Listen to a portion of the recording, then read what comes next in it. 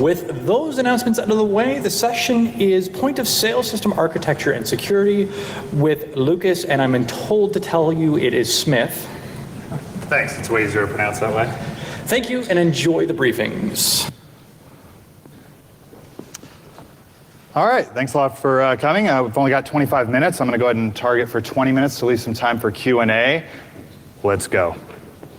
So just a little bit about myself. Come from an IT background, did it for over a decade or so, got tired of fixing broken computers and made the switch over to doing product innovation and PCI type stuff, helping point of sale dealers, developers, merchants, and realizing none of them know a thing about security. Sorry, not none of them, there's about 2 that understand it.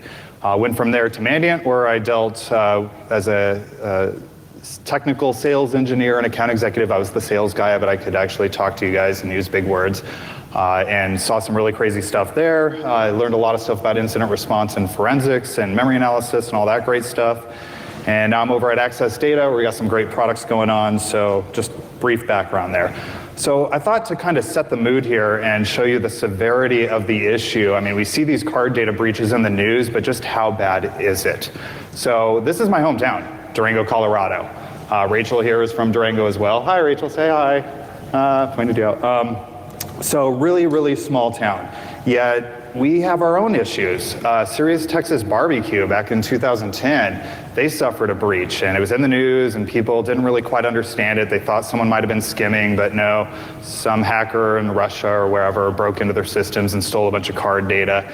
And tens of thousands of dollars later, and a lot of lost customer loyalty, they still managed to recover, but it hurt. Then looking at 2011, Mama's Boy, one of my favorite Italian restaurants in Durango, because I think it's one of 2, so that makes it a pretty easy pick. They suffered a breach the very next year, and they've been open since the 80s, and they ended up going out of business 4 months later, which sucks, especially in a small town where, I mean, that's our lifeblood, is these small, medium businesses. They had other issues, but I think that was kind of one of the catalysts to set it off. And then, is anyone here familiar with the Iron Horse Classic, the bike race? Raise your hands. Got a few hands up, great. So people come from all over the world to do this, and they decided to go ahead and allow people to register and use their credit card online, and the web developer thought they could do that securely and failed at it miserably. The site was breached. Next thing you know, there were apology letters going out to people that registered via the website because their cards were being used fraudulently and had to be reissued. Now, keep in mind, this is all in a small little town. Now, how bad is it? So I used to work at a credit card processor. At the time, in 2010, we had about 50,000 merchants, and I was dealing with merchant breach notification and coordinating the initial response, working with the PCI forensic investigators and the card brands. And I saw several dozen breaches myself, just out of that small population right there. And if you look at like the Verizon DBIR and the results from that, they say 190 plus of their cases came from breached point of sale systems. And they're only one of 23 different PCI forensic investigators. So I would venture to guess, conservatively even, that the number of businesses that are breached for card data each year is in the thousands. And just last week, actually, TrustWave and USCert, or one of the other DHS type organizations, they released a report talking about a new family of RAM scraping malware that they observed on 600 different systems. It's just bad, but you don't hear about the small business impacts. These guys go out of business. I've been on the phone with these business owners, and they're crying because they know they're going to go out of business, and their whole family is now affected. And so I just, one of the key takeaways that I want you to take away from this is to go into your local community and help educate the right people, and we'll get into that in a bit here. So if you look at these small breaches, and don't worry, we'll get to the larger ones in a bit and make it cooler and more exciting, they're very opportunistic in nature, and I haven't seen the methodology change at all. For years, it's been the same thing. They scan the internet looking for ports that are forwarded to VNC, PC Anywhere, remote desktop. If it's an older vulnerable version for auth bypass, they'll just break into it that way. If not, brute force password guess. Once they're in, they have admin access to the entire point of sale system, and it's trivial for them to steal the card data. Most of it's automated in nature, so they're just looking for the low-hanging fruit, and that's it. It's super simple. Why is it so easy? Why, isn't this being fixed? Well, everyone kind of points fingers at each other. The merchants don't know what they're doing. They run a restaurant. They run a retail store. I hired this guy to install this point of sale system. He takes care of it for me, right? And you go to talk to that guy, he's like, I don't know anything about security. I just know how to set up this software and make money off it. There's a few exceptions to that, but for the most part, that's how it is. And if you look at the screenshot here, that is actually the dealer that had set up and maintained those 2 restaurants that were breached in Durango. I covered their name, but there you have it. And one of the key, double-edged sword here is they advertise remote support, because when you're a business, if your point of sale system's not working, you want it to work as quickly as possible. So they'll set up that remote desktop type stuff and advertise it. So that's just rampant everywhere. Now, if we look at larger and more sophisticated incidents, and here's kind of a timeline, just as a memory refresher, these are very, very different in nature, and we're talking a completely separate group of threat actors. So the guys that are hitting small businesses are not the same guys that are hitting these larger breaches. And these are much more sophisticated in nature, similar to like Chinese APT, where they know what they're doing. They'll find an initial point of entry, they'll footprint the environment, do reconnaissance, figure out who has access to what systems.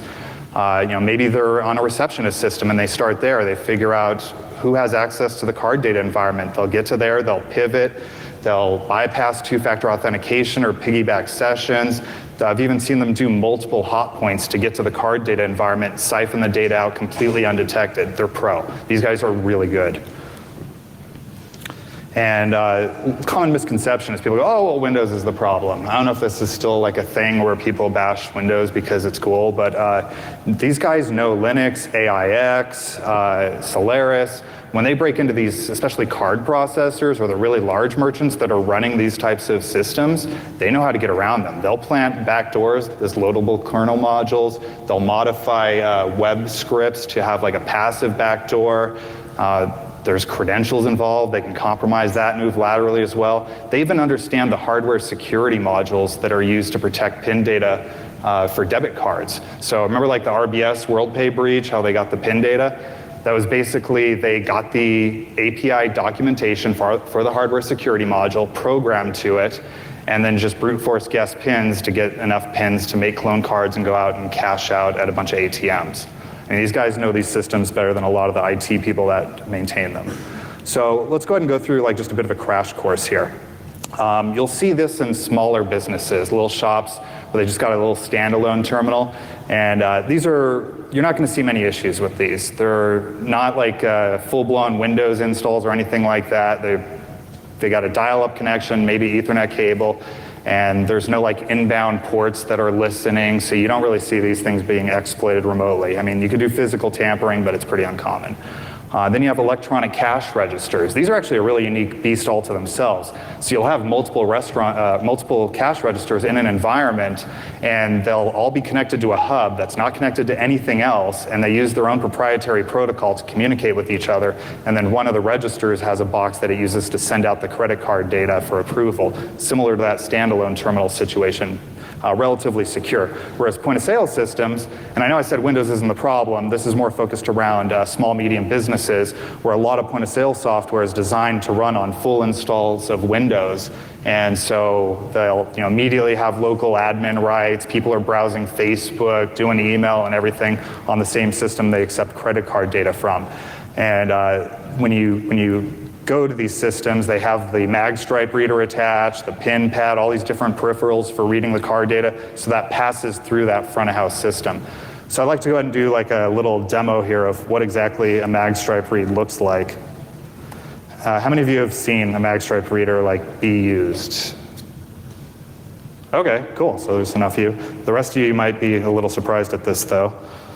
So this is my real PenFed issued Visa credit card. It's got a magstripe and EMV chip. I guess it helps if I do it the right way. There we go. That's it. That's my track data. I've already reported it lost, so don't worry.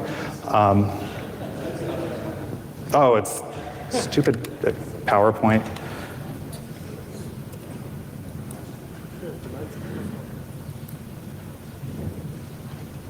You gotta be kidding me.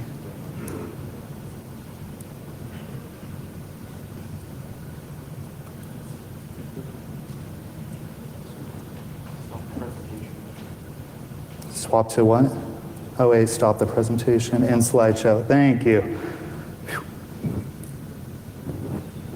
Anyone seeing that yet? Oh, it's not set up for, there we go. Sorry about that, they gave me a new computer. So that's it, when I swipe it through, let me go ahead and do that again. It just literally types out the card data very fast. It thinks this is a keyboard. That's why when you hear about them using keystroke recorders, that's why. They could just capture it that way. So let me go ahead and switch back to the presentation.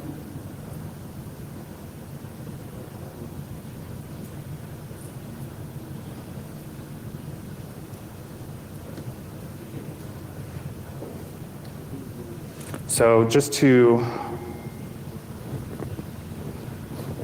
what is going on? There we go. Okay, so just to break down what you're looking at here, again, most of these are keyboard emulation mode. The other ones run as like a USB device where you have to install drivers, but no matter what, it's still plain text, very easy to intercept.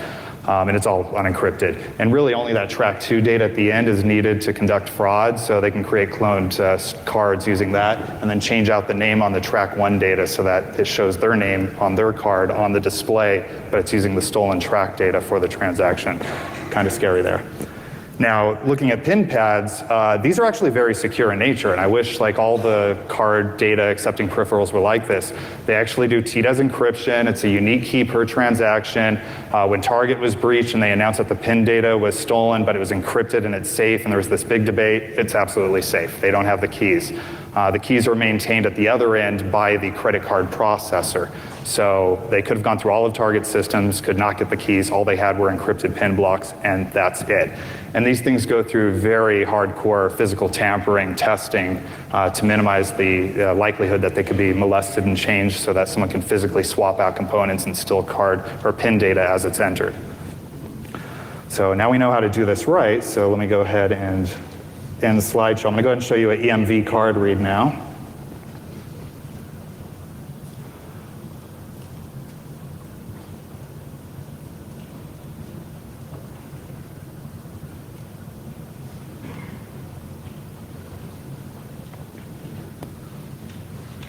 There we go. Go ahead and do that. Actually, it's kind of hard to, I need to enable mirroring or something and make it easier. Okay, so go ahead and hit that sale, right? Boom, sale, okay. There we go, it's now asking me insert or swipe cards. I'm gonna go ahead and insert the chip, and then I'm gonna go ahead and Alt-Tab. I'm just gonna do a memory dump using a free Microsoft tool. Let me go back over, sorry. And I'm just gonna go ahead and open this up in a hex editor really quick.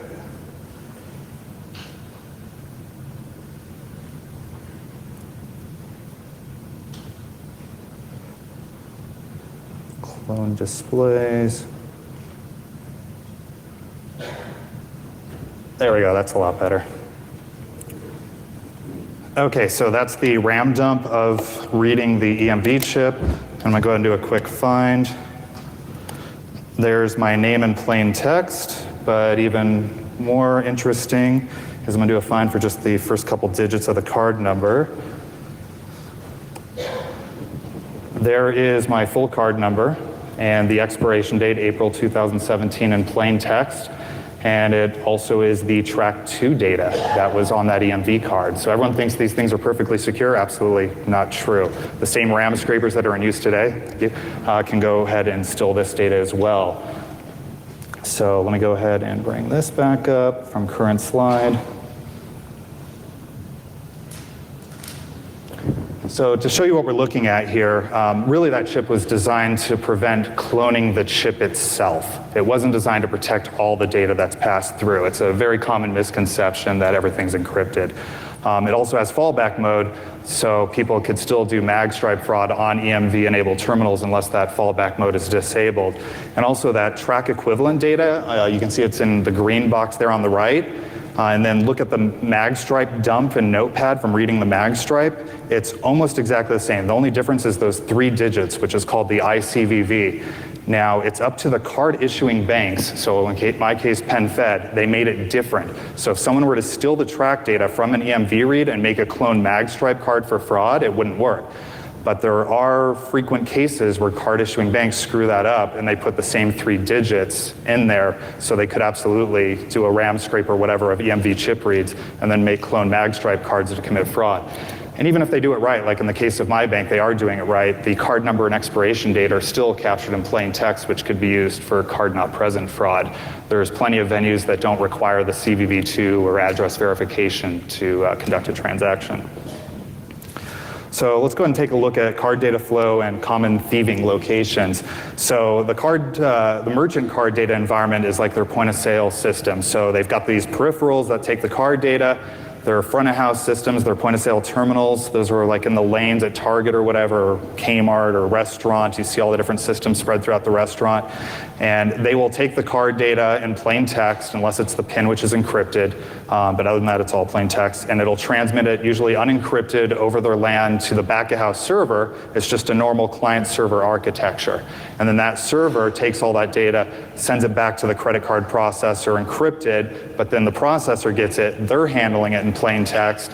When they get the PIN data, they decrypt it, so the credit card processor is a prime target for attackers to get all the data from all the merchants, including PIN data, if they're not vigilant about protecting that. And then ultimately it goes back to the appropriate thing. So in my case, it's Visa, so that transaction would go over VisaNet, and then to PenFed, my bank, they approve or decline the transaction depending on my spending habits, and then they send back that response.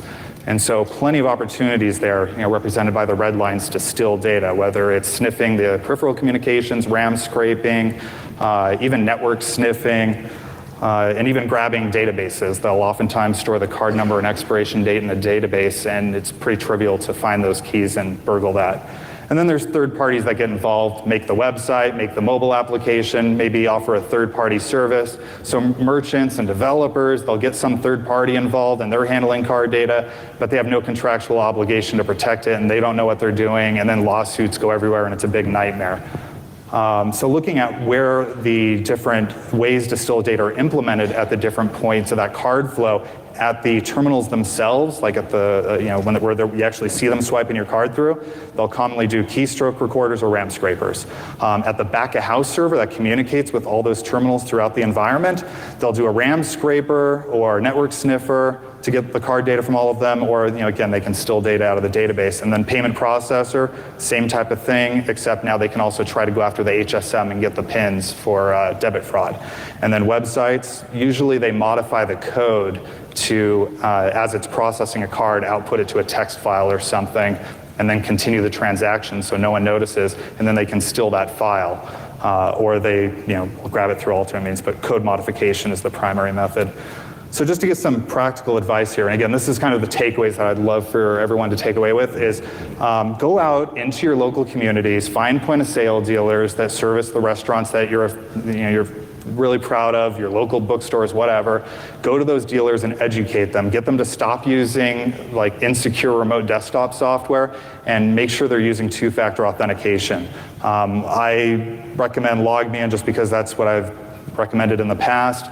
They support two-factor authentication using a one-time PIN, but they only do email. So the trick to that is put in like your cell phone number at thetext.com or whatever that mechanism is so that it goes as a text message.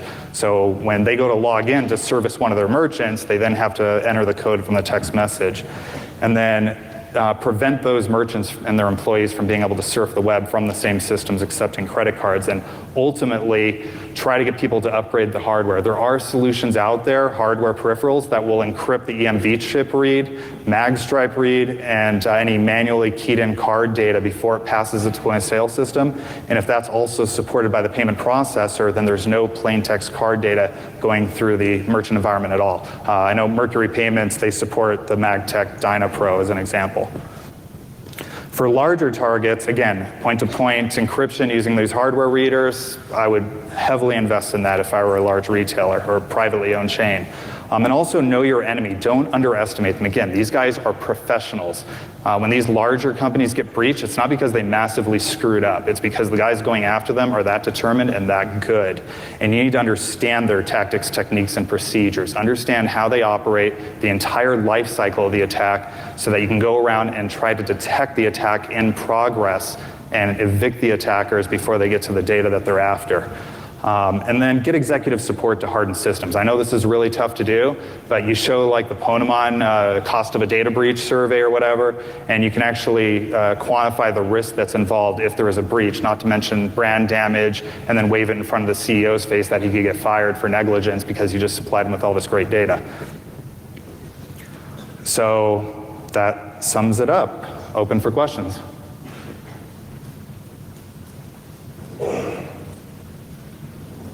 None? One?